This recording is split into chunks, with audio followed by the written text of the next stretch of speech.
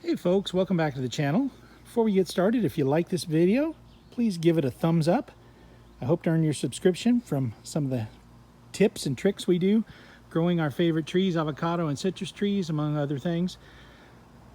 Well, let's get started here. What I got here is one of my raised beds. I have this reed avocado in, and then behind it over there I have a seedling reed avocado, but they're getting a little sloppy here.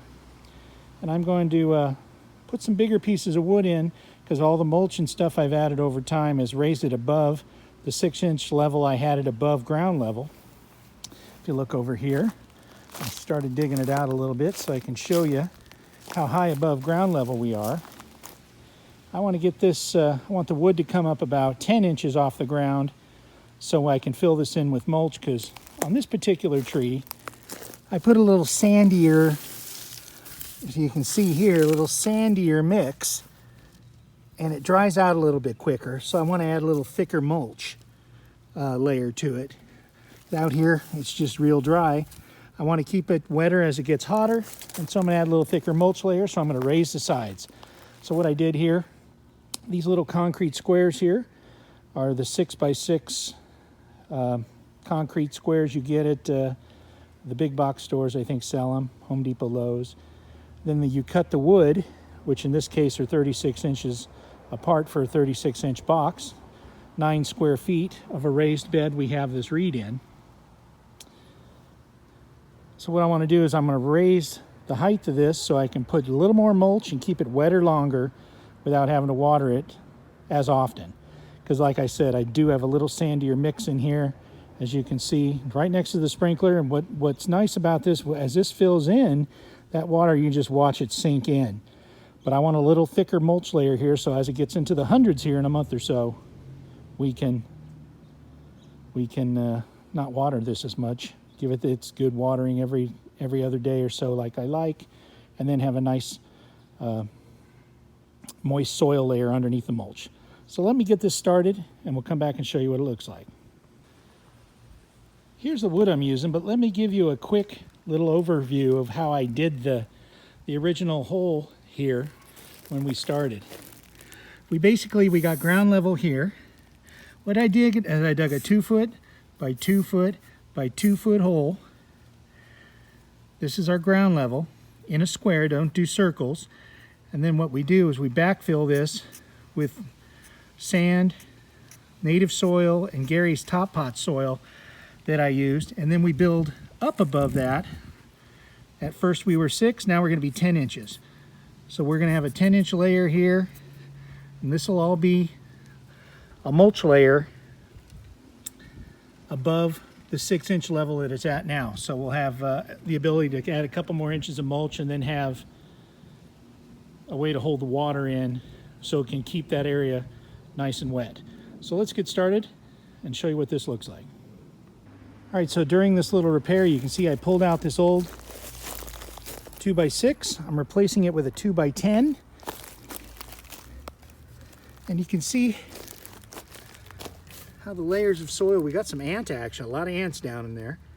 But you can see how the layers of soil are drier 2-3 inches down, and that top 2 inches there is not as dry or wet as I'd like it to be.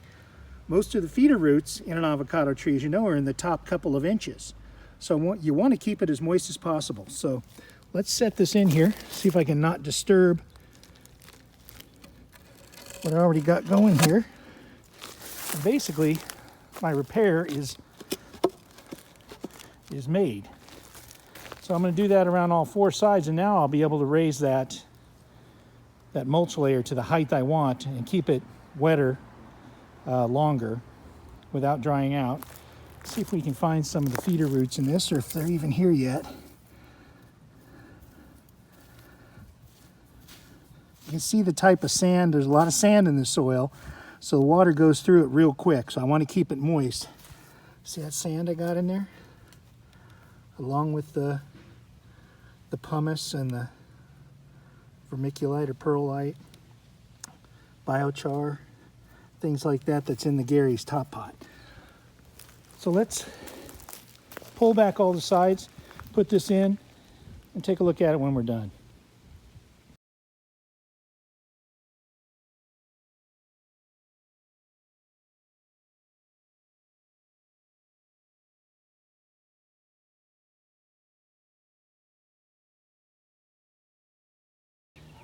Well, there you have it, folks. We revamped our raised bed, avocado bed, citrus bed. Since it is fertilizing time, I'm also going to throw a little bit of worm castings and organic fertilizer in, and then I'll top it off with the shredded western cedar. Let me show you what that looks like and the products I use. Come back and just get the fertilizer out here around the edges, because remember, you want to fertilize where the roots are going to be, not underneath, not next to the canopy. So I'll go around here, hit all this with fertilizer, and then I'll throw the worm castings on top of that. We'll throw on some new mulch, and I'll show you what this looks like. Well, there you have it.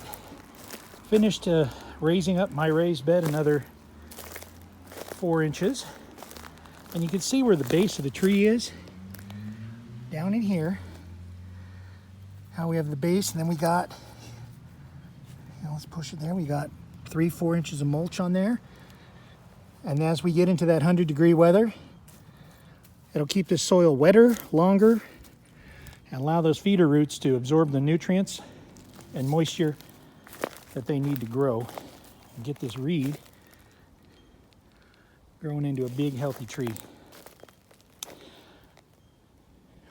So there you have it, our raised bed for avocado and citrus. Please like, share, and subscribe. If you have any questions, please ask me questions in the comments box below. I'd be happy to answer them. Showed you some of the products we use and give you any tips or tricks you may like to know about. There's our guard dog, Bella, sniffing around the mystery avocado. Once again, the Elsinore Gardener, signing off.